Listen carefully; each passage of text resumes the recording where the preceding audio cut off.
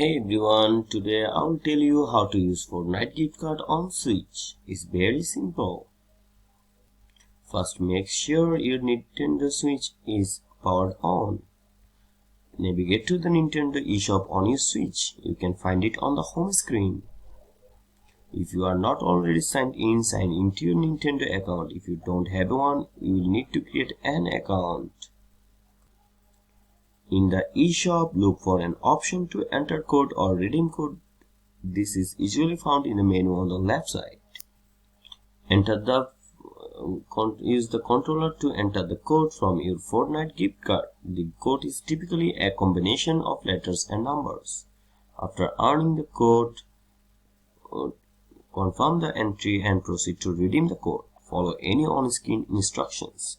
Once the code is successfully redeemed, the corresponding amount should be added to your Fortnite account balance. You can check this within the Fortnite game. Start Fortnite on your Nintendo Switch.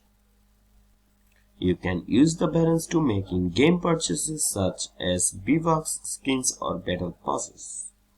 And that's how you can use Fortnite gift card on Switch. Thank you for watching.